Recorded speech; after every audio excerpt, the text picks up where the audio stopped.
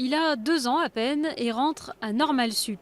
Raphaël a rendez-vous aujourd'hui avec la science, au Baby Lab, le laboratoire où l'on apprend à mieux connaître le cerveau des bébés. L'expérience va durer 4 minutes car l'attention d'un enfant est limitée. Tu as vu comme il est joli ce tombé? On lui fait apprendre un mot, d'accord? Il va voir une nouvelle peluche, ça va être un tombé par exemple. Et ensuite on va lui montrer 2 images sur l'écran. L'une image, ça va être effectivement cette peluche-là, l'autre, ça va être une autre image d'un autre objet, et on va lui demander il est où le tombé. Et donc, ce qu'on va mesurer, c'est où est-ce qu'il regarde quand on lui pose cette question-là. Et c'est une caméra pointée sur la cible collée sur le front de Raphaël qui permet de suivre son regard. 1500 bébés sont observés ici tous les ans.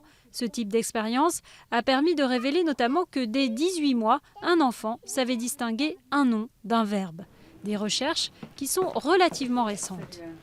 À partir des années 60, on s'est rendu compte que, par exemple pour le langage, les êtres humains disposent d'un mécanisme d'apprentissage spécialisé qui ne sert qu'à ça et dont seuls les êtres humains sont équipés. Donc on ne peut pas apprendre à parler à des chimpanzés.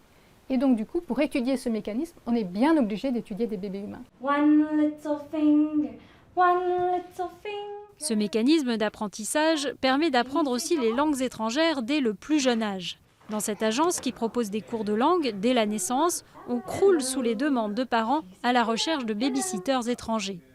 On sait scientifiquement parlant que la capacité de perception des sons chez les tout-petits commence à décliner entre 10 et 12 mois. Ça ne veut pas dire pour autant que c'est trop tard, à 1 an, mais ça veut dire que tout ce qu'on fait dans la toute petite enfance, c'est très intéressant parce que l'oreille des enfants est extrêmement sensible aux sons étrangers.